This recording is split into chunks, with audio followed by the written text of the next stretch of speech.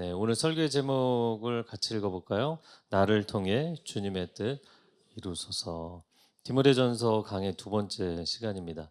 이 사도 바울이 디모데를 에베소 교회에 남겨둔 이유는 거짓 교사들을 경계하기 위함이다. 오늘 내용입니다. 3절과 4절을 제가 다시 읽겠습니다. 내가 마게도냐로 갈 때 너를 권하여 에베소에 머물라 한 것은 어떤 사람들을 명하여 다른 교훈을 가르치지 말며 신하와 끝없는 족보에 몰두하지 말게 하려 함이라. 이런 것은 믿음 안에 있는 하나님의 경륜을 이룸보다 도리어 변론을 내는 것이라. 로마에 2년 동안 감금되었다가 풀려난 사도 바울 입장에서는 그가 열심히 심혈을 기울여 세운 초대교회들을 간절히 보고 싶은 마음이 있었어요. 그래서 풀려나자마자 소아시아에 있는 에베소를 향하게 됩니다. 에베소라는 도시는 당시에 상당히 중요한 도시였습니다. 이런 빨간색으로 박스가 되어 있는데 항구 도시이고 인구가 30만인데 당시에는 상당히 큰 규모입니다. 이 소아시아의 수도 역할을 했고 로마의 5대 도시들 중에 하나였어요. 로마 제국은 지중해를 중심으로 형성이 됐잖아요. 그래서 이탈리아 제국의 심장인 로마, 그리고 소아시아의 수도인 에베소, 그리고 시리아 지역의 수도인 안디옥. 안디옥은 이제 안티오코스 왕조에서 세운 거죠. 그래서 안티옥입니다.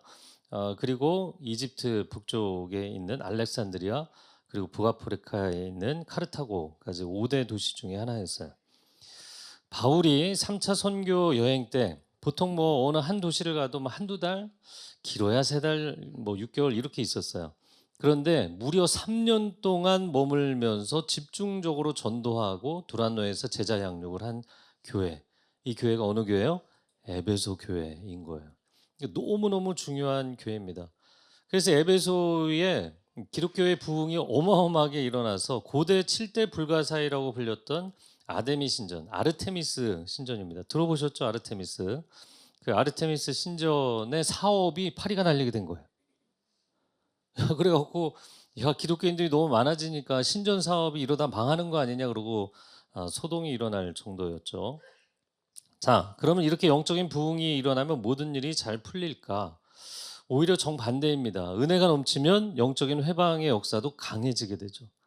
에베소 교회가 초대교회에서 가장 중요한 센터 역할을 하게 되자 여기에 유대 율법주의 거짓 교사들이 많이 모이게 됐어요. 바울은 주님의 몸된 교회를 이단들에게 넘겨줄 수가 없는 겁니다. 그러나 이 교회만 있는 게 아니고 다른 교회들도 둘러봐야 되니까, 그래서 마음에 결정한 게 가장 신뢰하는 디모데를 에베소에 남겨두기로 결정한 거예요. 자, 그럼 이단이 도대체 뭘까? 할렐루야. 제가 말이 꼬일 때가 있는데, 이단이라는 거는 영어로 이제 헤러시라고 하는데, 헤러시라는 말 자체가 이제 헤트로라는 단어하고도 같은 건데 다르다는 뜻이에요. 어떤 뜻이요? 다르다. 이 정통의 가르침과 다른 교리를 이야기하거나 그 교리를 설파하는 교파, 교단을 이야기합니다. 그래서 이단은 영어로도 헬라어로도 다르다는 뜻이에요. 네, 다르다. 한자로는 다를 이자의 끝단자입니다. 그래서 끝만 다른 거예요. 거의 똑같아요. 근데 끝만 달라요. 조금 달라요. 그러니까 여러분 분별하기가 쉽겠어요? 어렵게 돼 있어요. 그래서 오늘날 한국에, 대한민국에 있는 이단 종파들도 목회자들이 상당히 많이 넘어가 있어요. 목회자들도 넘어가요. 그러니까 성도들이 분별하기가 쉽지 않은 거예요. 그러면 왜 멀쩡하던 사람들이 이렇게 이단에 빠지는 것일까? 보면 뭐 굉장히 소외되어 있었던 사람인데 밀착 케어를 해주니까 가는 사람도 있지만 신앙생활 열심히 하겠다고 하다가 빠지는 사람들이 상당히 많습니다. 그래서 교회에서 배우는 거는 다 거기서 거기 비슷하잖아요. 집밥이 뭐 똑같죠. 그러니까 뭔가 신박한 가르침이 없을까? 이런 거 쫓아가다가 빠지는 사람이 많아요. 그래서 여러분 외부 세미나나 성경 공부나 프로그램 같은 경우는 교회 리더십들하고 꼭 상의를 하셔야 돼요. 아무도 반응이 없는데 상의를 하셔야 돼요. 가끔가다 이제 물어보시는 분들이 있어요. 이 단체가 건강한 단체입니까? 아니면 이단입니까? 그렇게 저한테 물어보시면 저도 대부분 찾아봐야 돼요. 그럼 제가 뭘 찾아볼까요? 지난번에 리조이스 집회를 했던 부산장신대 탁재일 교수님이라고 계신데 이분이 그 매월 월간지로 발행하는 현대 종교가 있어요. 근데 현대 종교가 온라인 사이트가 있습니다. 그럼 왜 기독교 사이트인데 현대 종교냐? 현대에 굉장히 이상한 다양한 이단 사이비 종교들을 다 여기 정리를 해놓은 거예요. 매번 업데이트를 또 해주고. 그래서 여러분도 이거를 참고하시면 됩니다. 그리고 일단 이단성이 있으면 저는 권면하기를 참여하지 마시고 예의주시하십시오. 네, 이상하면 어떻게 하라고요? 예의주시. 이 단어를 기억하세요. 예의주시라는 것은 거리를 두고 지켜보시라는 거예요. 그러면 몇 년 안에 문제가 생기는 경우들이 대부분이에요. 그래서 뭐 요즘 인기 있고 뜨는 강사나 단체가 있을지라도 여러분 주의해야 될 때가 있습니다. 그러니까 상의를 하실 필요가 있어요. 유대주의 거짓 교사들은 오늘 본문에 보니까 신화와 끝없는 족보에 몰두했다. 그래서 뭐 유태인들이 족보에 몰두하는 건 이해가 되는데 로마인도 헬라인도 아닌데 웬 신화에 빠졌을까? 이 얘기는 뭐냐면 이제 구약 성경에 여러 인물들이 나오는데 이 인물들의 족보를 성경에도 안 나온 족보를 막 자세하게 만들어 놓고 거기에 영웅적인 스토리를 더해서 신화처럼 만드는 거예요. 그리고는 이 훌륭한 인물들의 후손이다 우리가 이거를 자랑했던 거예요. 일종의 자신들의 영적인 후광 효과, 헬로 이펙트로 사용을 한 거죠. 제가 목회자나 설교자들에게 할렐루야. 네, 목회자나 설교자들에게 권면을 할 때가 있어요. 뭔가 새롭고 신선하고 신박한 거를 자꾸 하려고 하지 마시라.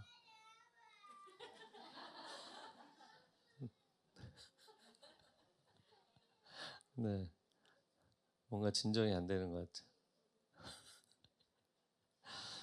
할렐루야. 그래서 자꾸 이 목회자들의 유혹이 뭐냐면 뭔가 신박한 설교를 해야 사람들이 좀 이렇게 재밌게 듣지 않을까. 그 교회 프로그램도 뭔가 새롭고 참신하고 강렬한 걸 해야 되지 않을까. 이런 유혹이 있는 거예요. 여러분 이런 걸로 교회가 부흥하나요? 우리가 믿는 하나님 그분이 가장 놀라우신 분인 줄로 믿습니다. 우리가 믿는 예수 그리스도 그분이 신비 그 자체이신 줄로 믿습니다. 신비주의를 따라가는 게 아니에요. 우리는 신비 그 자체이신 예수님을 만나는 거예요. 우리의 인도자 되시는 성령님이야말로 최고의 지혜자이시고 최고의 능력자이신 줄로 믿습니다. 목회자들 사이에서 통용되는 이야기가 있는데 목회자들이 모이면 이런 얘기 많이 해요. 새로운 목회자에 부임을 하면 6개월, 1년은 허니문 기간이다. 그럼 6개월, 1년 지나면 어떻게 된다는 얘기예요? 허니문 끝난다는 거예요. 그러니까 새로운 목사님의 설교 뭐 새롭고 이제 좋다 그러다가 이제 그분도 이제 컨텐츠가 한계가 있어서 컨텐츠가 떨어지면 성도들의 기대감도 줄어든다. 근데 저는 이게 과연 목회자들이 정설로 받아들여야 되는 것일까? 여러분 이 진리의 말씀은 끝없이 샘솟는 생명의 근원이 되는 줄로 믿습니다. 요한복음 4장 14절 말씀 같이 읽어볼까요? 내가 주는 물을 마시는 자는 영원히 목마르지 아니하리니 내가 주는 물은 그 속에서 영생하도록 솟아나는 샘물이 되리라. 아멘. 네, 그래서 목회자만 말씀 사역을 하는 게 아니잖아요. 우리 순장님, 순인도자, 1:1 양육자, 그리고 우리 어린 자녀들을 양육해 주시는 주일학교 선생님들도 말씀 사역을 하잖아요. 부탁드리고 싶은 거는 성경 말씀에 인위적인 양념을 많이 치려고 하지 마세요. 제 창의적인 사역을 하지 마시라는 게 아니라 왜냐하면 이 말씀 자체가 최고의 능력인 줄로 믿습니다.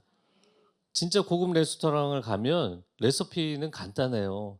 여러분 그 재료 자체가 가장 좋은 재료를 사용하는 게 중요한 거예요.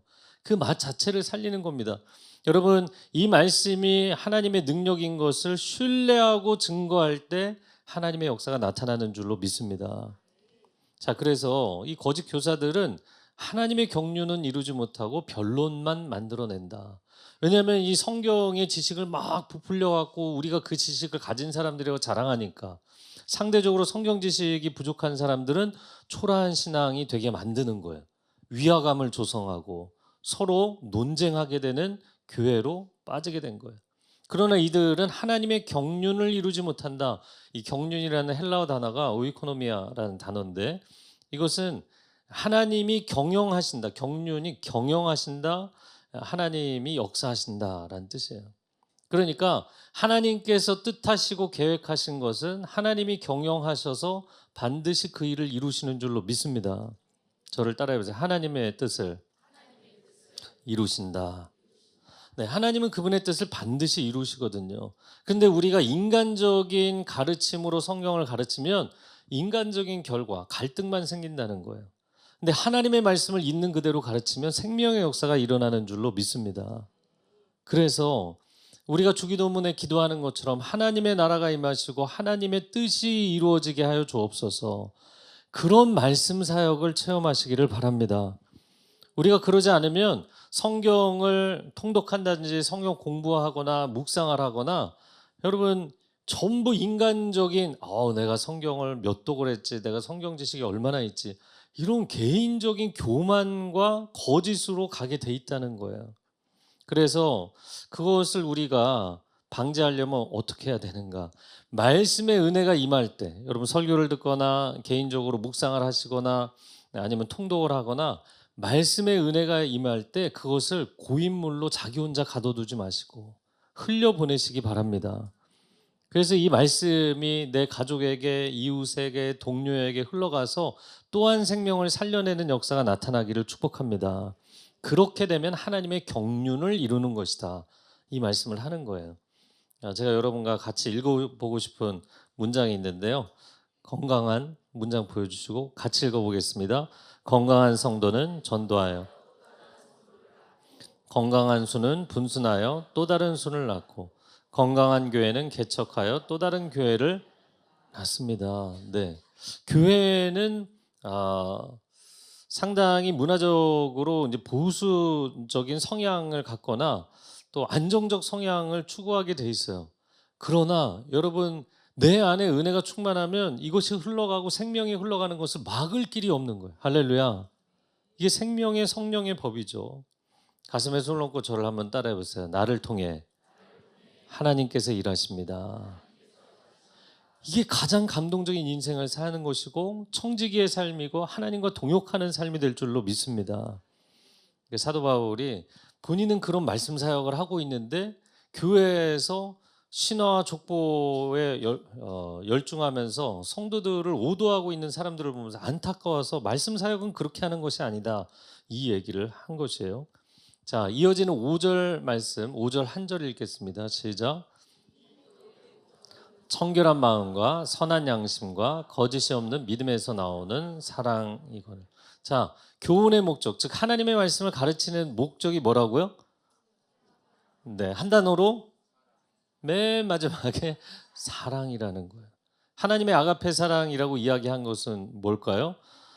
결국에는 사람 살리는, 생명을 살리는 사랑의 역사가 일어나야 되는 것이다.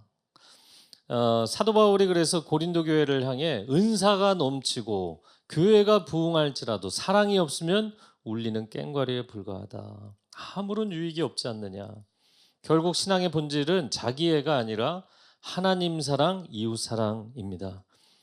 그런데 우리가 하나님의 말씀을 이 사랑의 목적에 부합하게 그 말씀을 받아들이려면 어떤 태도로 받아들여야 될까? 오늘 세 가지 태도를 얘기한 거예요. 청결한 마음, 두 번째가 뭐죠? 선한 양심, 안 보이시나요? 세 번째가 뭐죠? 거짓 없는 믿음. 근데 이 세 가지를 보시면 거의 비슷한 표현들입니다. 유사한 거예요. 이걸 한 단어로 좀 정리를 해보면 순전함, 선함, 진실함, 이런 것들이에요. 하나님의 성품과도 같은 것인데 뭐 이 세 가지는 결국에는 마지막 그 진실함으로 귀결된다고 보입니다. 최근에 목회자들 모임에 갔다가 지난번 그 목회자 모임 때 저에게 목사님, 우리 교회 좀 상의할 게 있습니다, 얘기하셨던 선배 목사님이 계세요. 근데 그분이 중경교회 담임 목회를 오래 하시다가 은퇴를 이번에 하셨더라고요. 근데 은퇴를 하셨는데 아직 후임 목사님을 못 세운 거예요. 그래갖고 후임 목사님을 세우기 위해서 어디 좋은 목사님이 없습니까, 이렇게 물어보시더라고요. 그래서 제가 어떤 목회자를 찾고 계십니까? 그랬더니 목회자에게 필요한 여러 가지 덕목이 있겠지만 결국에는 진실한 목회자, 이 얘기를 하시더라고요. 진실한 목회자. 여러분 성경 지식이 많고 교회 사역도 잘하고 설교를 청산유수로 잘한다 할지라도 만약에 그의 삶과 인격을 신뢰할 수 없다면 그 목회 리더십을 신뢰하고 따라갈 수가 없잖아요. 그래서 이것은 목회자뿐만 아니라 일반 성도들도 동일하게 적용되는 거예요.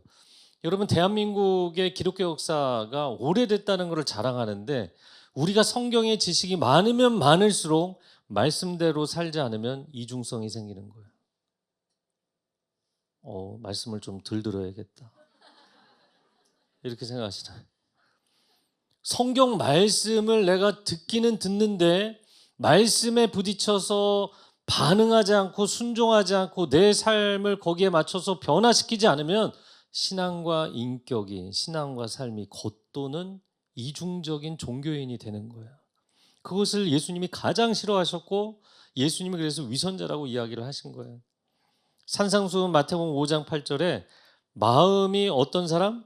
청결한 사람. 마음이 청결한 사람 복이 있나니 그가 하나님을 보게 될 것이다. 여러분 마음이 청결한 성도가 되시기를 바랍니다. 히브리서 13장 18절 말씀 같이 읽어볼까요? 우리를 위하여 기도하라. 선하게 행하려 함으로 우리에게 선한 양심이 있는 줄을 확신하는. 그 일의 어떤 과정이나 결과가 아니라 의도 자체가 선하게 모든 일을 하려고 하는 것은 우리에게 선한 양심이 있기 때문이다. 여러분 사도 바울이 얼마나 성령 충만한 사역자인지 아시잖아요.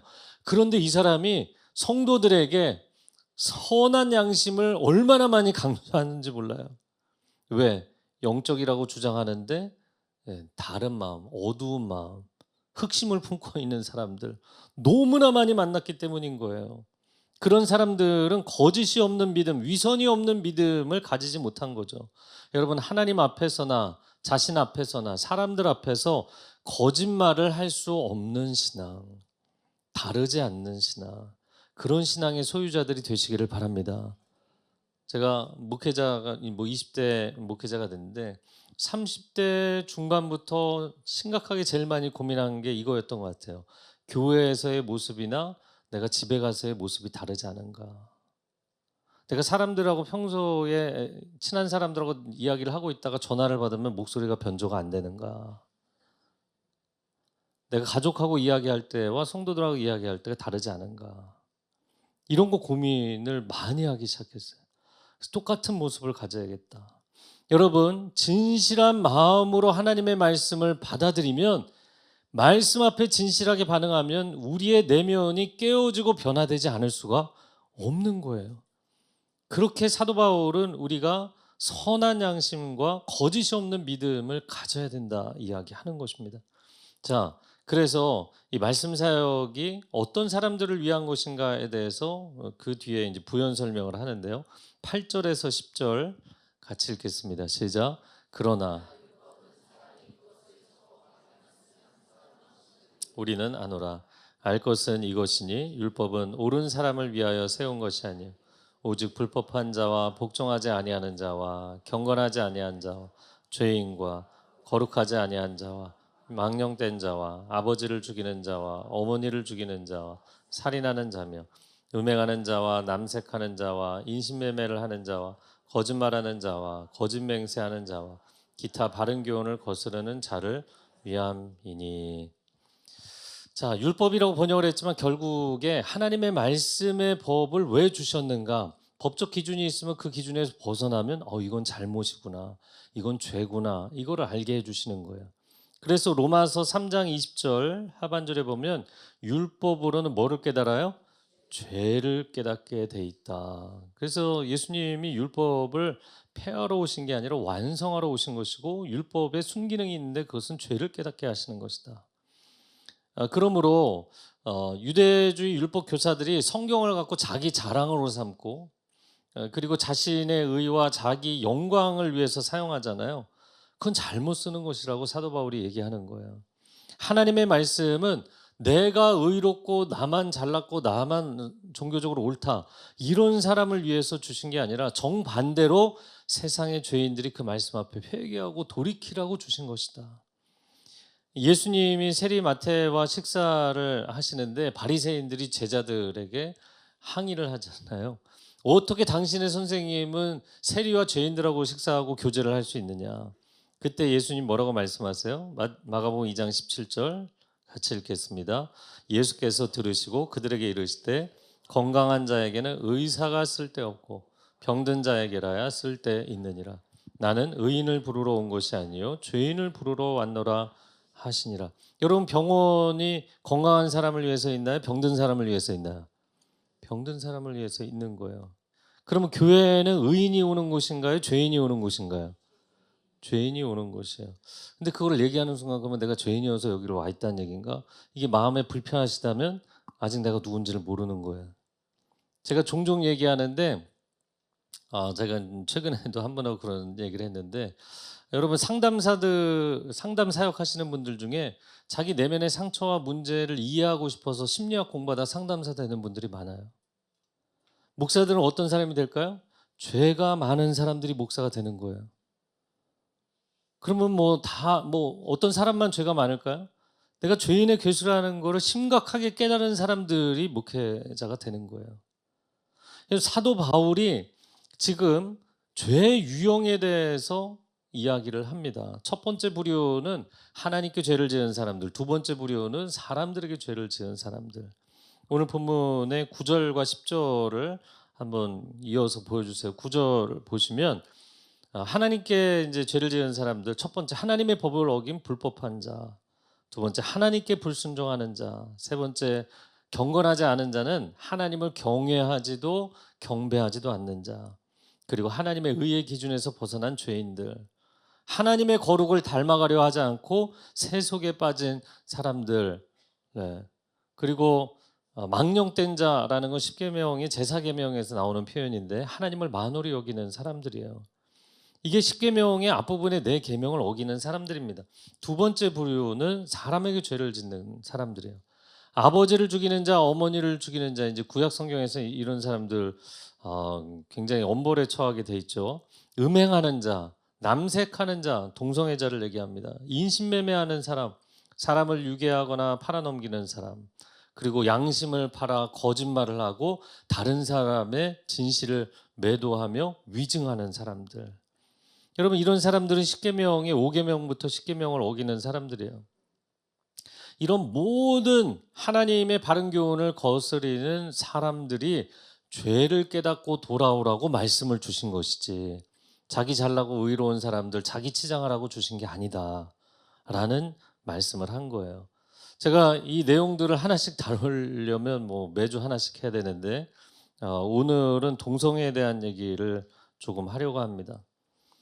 제가 대학생 때, 그때 아마도 제가 기억하기는 군대에 있을 때였던 것 같아요. 저는 군대에 있을 때 이제 용산에서 복무하면서 카투사였기 때문에 이제 쉬는 시간에는 캠퍼스에 항상 와서 그 후배들 말씀 양육하고 했는데, 그 캠퍼스에서 동성애 그룹이 커밍아웃을 그 당시에 제 기억에는 하여튼 대한민국 캠퍼스 중에서 제일 처음 커밍아웃을 한 단체가 있었어요. 그래서 캠퍼스에서 난리가 난 거예요. 그 당시에 이걸 어떻게 바라봐야 되냐 이런 사회적인 담론도 거의 없던 때였고, 그리고 총성 없는 전쟁이 시작이 됐는데, 왜냐하면 캠퍼스에 기독교 선교단체들이 그때만 해도 굉장히 많았거든요. 그러니까 이들이 동성애는 절대로 안 된다고 그러고 대자보를 곳곳에 붙여놓은 거예요. 중앙도서관 앞에, 학생회관 앞에, 각 단과대 앞에. 주로 내용은 이런 거였어요. 레위기 20장 13절에 누구든지 여인과 동침하든 남자와 동침하면 둘 다 가증한 일을 행하면즉 반드시 죽일지니. 그래서 구약 성경에 보면 동성애는 하나님께서 엄벌에 처하시는 극도의 죄다, 이런 고발 내용이었어요. 고린도전서 6장 9절에 불의한 자가 하나님의 나라를 유업으로 받지 못할 줄을 알지 못하느냐, 미혹을 받지 말아라. 음행하는 자나 우상 숭배하는 자나 간음하는 자나 탐색하는 자나 남색하는 자, 여기도 동성애 나오죠. 그래서 구약 성경에만 이야기한 게 아니다. 신약 성경의 대표 주자인 사도 바울도 동성애자는 천국 못 간다고 이야기했다, 이렇게 고발하는 내용이었어요. 제가 이제 그 당시에 성경을 이제 열심히 보던 때였기 때문에 그렇게 이제 고발을 하는 선교단체 대자보 붙으면 그 다음에는 또 그거를 반대하는 이들을 수용해 줘야 되고 포용해 줘야 된다. 긍휼히 여겨야 된다. 이런 또 대자보 없고 그다음에는 또 선교단체에서 더 강력한 고발에 대자보가 붙고 막 전쟁이 난 거예요. 제가 이걸 보면서 참 안타까웠어요. 여러분, 어떤 종류의 죄도 죄의 삭은 사망입니다. 죄의 삭은 사망이에요. 그러나 예수 그리스도의 십자가의 보혈로 치유되고 변화되지 않을 죄인이 없는 줄로 믿습니다. 하나님은 어떠한 죄인도 돌이키기를 원하시잖아요. 왜 말씀에 정죄의 기능만 있는 것이 아니라 속죄의 기능이 있다는 걸 얘기를 안 하고 죄다 고발만 할까? 여러분, 정죄는 사람을 구원하지 못해요. 속죄만이 사람을 구원하게 되어 있어요. 그러니까 이제 여러분 가정에서도 부부간에 계속해서 바른 소리만 하는 분 있죠. 바른 소리 하면 사람이 바르게 되나요? 피곤해져요. 괴로워져요. 관계가 더 안 좋아지게 돼 있어요. 자식한테 맨날 바른 소리 해보세요. 이 바른 소리 해보세요. 애가 좋아지나? 사랑을 부어줄 때 아이는 변화되는 거예요. 제가 흥분해서 딴 얘기하고 있는데, 우리가 교회 생활하면서 왜 저런 사람이 교회를 다닐까? 저렇게 세속적인 말을 하고 저런 사람이 교회 왜 나올까? 여러분, 그런 사람이 나오는 게 반가운 거예요. 그런 분들은 교회 아니어도 놀러 다닐 때 많아요. 근데 교회를 나오셨다는 게 너무 반가운 거예요. 순예배를 해보면 순예배 때 삐딱하게 얘기하는 분들이 있어요. 근데 매주 나와. 왜 저 사람은 나와서 나를 힘들게 하지? 순장님도 그렇게 생각하시면 안 되고, 그분이 다른 데 가서 술자리에서 교회 비판할 수도 있는 거잖아요. 그런데 거기에 나와서 자신의 내면의 인생의 어려움을 해결받고 싶은 거예요. 할렐루야. 하나님은 그 누구도 외면하지 않으시는 줄로 믿습니다. 저는 이제 굉장히 다양한 분들을 상담하잖아요. 제가 지금 얘기하는 분들은 여러분 누군지 다 모르는 분들이에요. 한 번은 이제 군대에서 첫 휴가를 나온 청년을 만난 적이 있어요. 근데 뭐 본인이 원해서 당연히 온 건 아니고 엄마에게 끌려왔는데, 군대에 갔다가 선임에게 당해서 후천적으로 동성애자가 된 케이스예요. 자, 이 친구가 이제 자기가 원해서 온 게 아니니까, 야, 목사님하고 좀 상담 좀 한번 하자. 얘가 자리에 앉아갖고 얼굴이 막 뻘개져갖고 승질을 내는 거예요. 결국에 교회는, 성경은 동성애자들을 비난하고 정죄하고 거부하는 거 아니냐. 제가 한참을 듣고 있다가, 청년 하나님을 믿어? 근데 하나님 믿는데요. 하나님의 존재를 믿는데 그럼 얘기가 통하잖아요.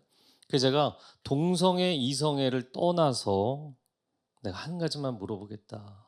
너 휴가 나와서 매일 밤 이태원을 돌아다니고 있는데 새벽까지 파트너 못 만나면 새벽까지 돌아다니거든요, 이 친구들이. 너 그렇게 성적으로 탐닉에 빠져 사는 걸 하나님이 정말 기뻐하신다고 생각하니? 대답 못 하더라고요. 자기도 죄인 걸 아는 거예요. 어떤 사람은 동성애가 선천적이다, 그러니 어쩔 수 없는 것인데 우리가 이해해 줘야지, 이렇게 얘기해요. 근데 또 반대 진영에서는 아니다, 후천적이다, 이 선천적이다 후천적이다 하고 논문이 어마무시하게 많아요. 여러분, 제가 볼 때는 선천성이냐 후천성이냐 이 문제는 그 다음 문제라고 생각합니다. 왜냐하면 선천적이면 허용해 줘야 되고 선천적이면 인간의 본 모습이니까 인정을 해줘야 된다. 이것은 유물론적 관점이에요. 사람에게 영혼이 없고 사람에게 내세가 없고 절대자가 없고 인간은 물질 덩어리고 몸뚱아리 하나뿐이다 라고 볼 때 인간을 보는 관점이에요. 여러분, 인간은 태어나기를, 그럼 선천적으로 태어나기를 어떻게 태어났는가? 선한 마음만 가지고 태어난 게 아니고요, 악한 마음이 굉장히 선천적으로 많아요. 여러분, 어린 아이들을 보세요. 어린 아이들이 자기가 좋은 장난감을 갖고 있는데 옆에 친구가 새 장난감을 갖고 오잖아요. 그러면 내가 갖고 있는 건 안 보여. 그리고 옆에 친구 걸 그걸 빼앗으려고요, 옆에 애를 핥히기도 하고 때리기도 하고 꼬집기도 하고, 그때 애들의 얼굴이 흉포하게 변화되는 걸 보면 어린 것들도 다 죄인이에요. 다 죄인이에요. 애들이 잘 때만 천사인 거지. 여러분, 우리가 선천적으로 누가 미우면 없애고 싶잖아요. 그 마음이 심해지면 타살, 사람을 죽이고 싶은 살인의 욕구가 생기는 겁니다. 내가 어려움 피해가기 위해서 거짓말하고 싶은 욕구가 우리에게 있어요 없어요? 다 있어요. 여러분, 내가 내 인생이 내 마음대로 안 풀리면 에이 승질 나는데 그냥 확 그러고 일탈하고 싶은 마음이 있어요, 없어요? 다 있어요. 그러면 선천적이라고 해서 여러분의 욕구대로 다 하면 세상이 수용해 줘요? 아니요, 아닙니다. 절대로 그렇게 해주지 않습니다. 그러니까 선천적인 것이기 때문에 그걸 인정해 줘야지라고 이야기하는 것은 인간을 굉장히 열등하고 하등하게 취급하는 유물론적 관점인 거예요. 제가 서빙고에서 화요성령 집회 인도할 때 대학교 3학년짜리 학생이 그 집회에 처음 나오게 됐어요. 이 친구 이제 집회 끝나고 얘기를 들어보니까 중학교 3학년 때 자기가 동성애자라고 자기 가족에게 커밍아웃을 했더라고요. 그러니까 내가 보니까 나는 동성에 대한 연애 감정이 있어. 그래서 엄마 아빠한테 얘기했더니 집안이 난리가 난 거예요. 왜냐하면 굉장히 신실한 크리스찬 가정이었거든요. 아이가 그 얘기를 할 줄은 꿈에도 몰랐어요. 여러분, 그래서 이런 아이들의 얘기를 하는 순간 여러분, 두 가지입니다. 첫 번째, 내 아이가 그럴 줄 몰랐다. 두 번째, 얘가 그날로 교회를 안 나오기 시작합니다. 그러니까 그걸 오랫동안 고민하다 딱 얘기하는 거예요. 근데 부모는 그동안 전혀 모르고 있는 거예요. 얼마나 가슴을 치며 후회들을 하는지 몰라요. 일단 공부하고 나중에 신앙생활을 하라고 얘기했는데 그거를 후회하는 거예요. 이 친구가 굉장히 스마트해요. 그래서 우리나라 탑 랭킹 명문대를 갔어요. 공부는 잘하는데 계속 파트너가 바뀌는 거예요. 동성애자들 몇 명이 저한테 한 얘기가 그겁니다. 목사님, 동성애는 사랑이 아니라 욕구입니다. 이 관계가 오래 지속되기가 쉽지가 않아요. 굉장히 욕구에 기반을 하고 있기 때문에. 근데 이 대학교 3학년짜리 여학생이 크리스찬 친구가 그래도 교회 한번 가자. 그래서 정말 오랜만에 교회를 나온 거예요. 그날 화요성령 집회를 참석해서 그날 하나님 앞에 고꾸라진 거예요. 그 2년 동안은 신앙생활을 열심히 했어요. 그리고 세례를 받게 됐어요. 세례를 받는 날 얼마나 감사한지.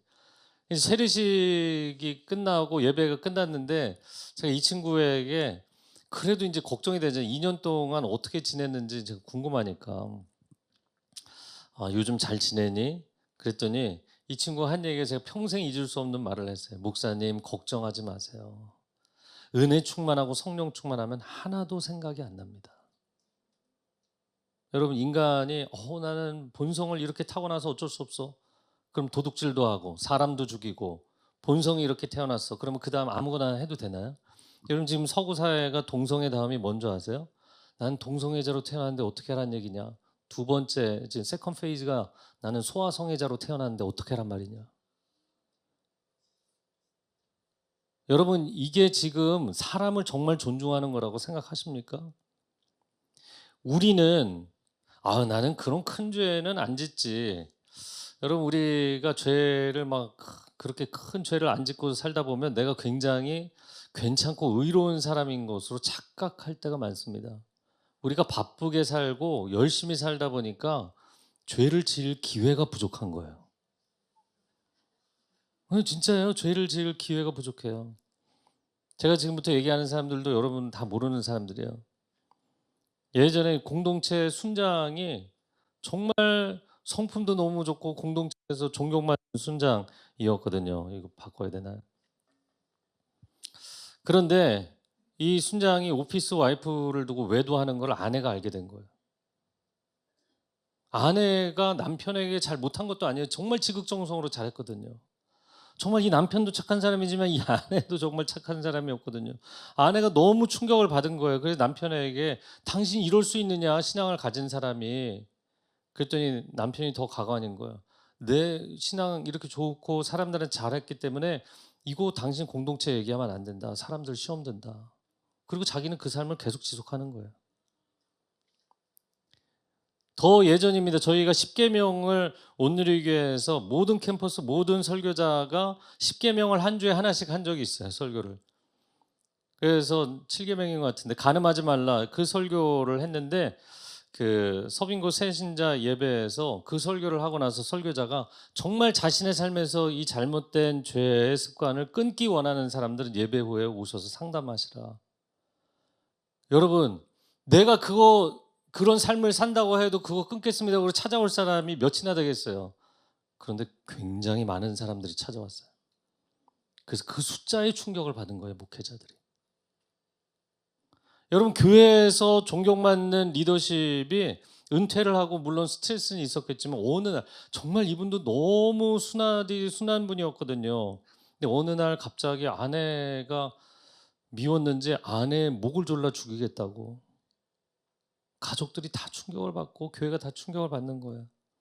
이런 문제가 여러분 개인사에만 일어납니까? 교회 안에서도 많아요. 그래서 사업에 투자라고 하는 다른 친한 교인이 있으면 하면 돼요, 안 돼요? 안 돼요. 그 원금 들고 튀는 사기범들이 교회 안에서 많습니다. 그래서 그거를 가지고 몇 년을 투자를 해요. 한 3년에서 5년을 신뢰관계를 쌓고 나서 중보기도 엄청 해주고 밥 많이 사주고 순예배도 다 우리 집에서 하고, 그러다가 갑자기 투자하라고 그래요. 하면 돼요, 안 돼요? 안 돼요. 예, 교회 안에서 갖가지 범죄가 일어납니다. 과연 우리가 죄인인가 의인인가? 우리는 구원받은 죄인들이에요. 죄의 문제를 내가 다 털어버렸기 때문에 의인이 아니라 그냥 주님의 의로 나를 덮어주신 상태예요. 그렇기 때문에 우리는 언제든지 방심하고 있으면 한순간에도 온갖 추하고 더러운 죄를 지을 수 있는 사람들이다. 이런 자기 인식이 명확하게 있어야 돼요. 그러니까 30년, 50년, 60년, 70년 멀쩡하게 살다가 죄의 문제로 한순간에 한 방에 날아가는 사람들이 많아요.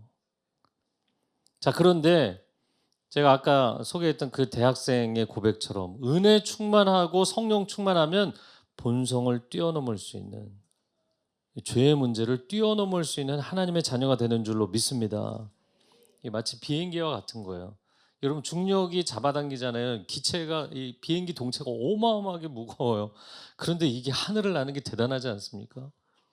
이 죄의 중력이 아무리 잡아당길지라도 복음의 엔진을 달고 성령의 기름 부으심을 받아 성화의 활주로를 내달리면 하나님의 은혜의 창공을 비상하는 인생이 될 줄로 믿습니다.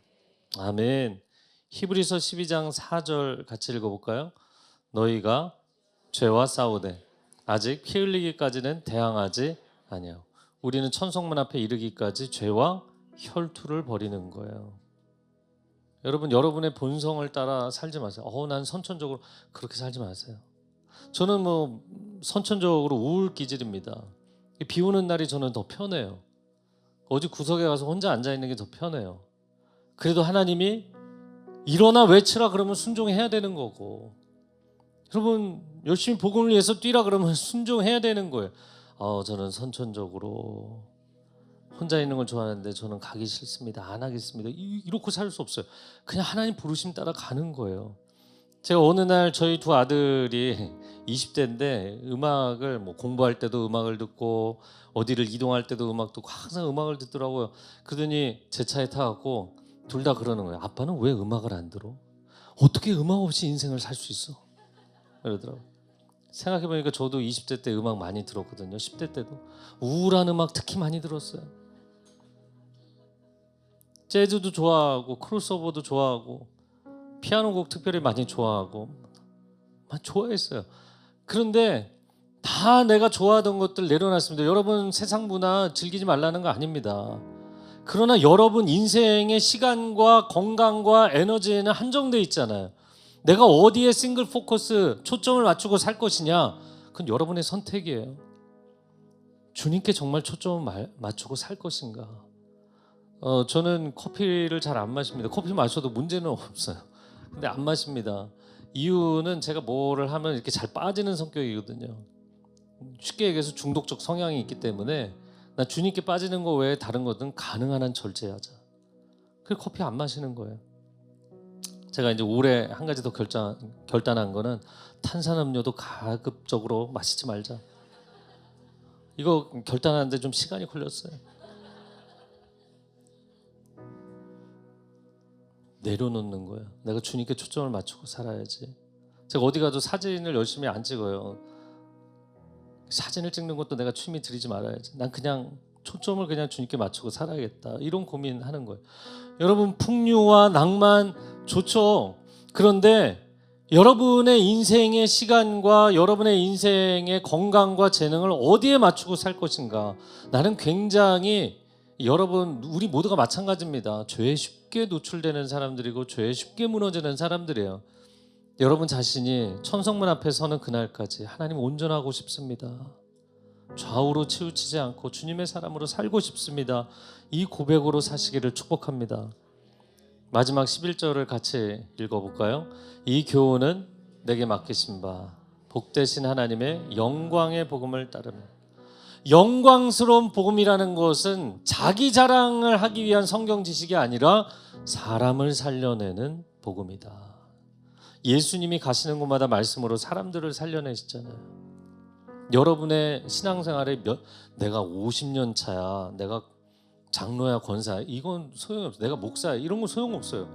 내가 사람을 살려내지 못한다면 말씀이 나를 통해 흘러가는 생수가 되는 것이 아니라 고인물이 되어버렸다면 여러분 종교는 오히려 사회의 악이 되잖아요. 종교가 우리를 구원해 주지 못합니다. 예수 그리스도의 생명의 말씀이 우리를 구원하시는 줄로 믿습니다. 이 시간 가슴에 손을 얹고 기도할까요?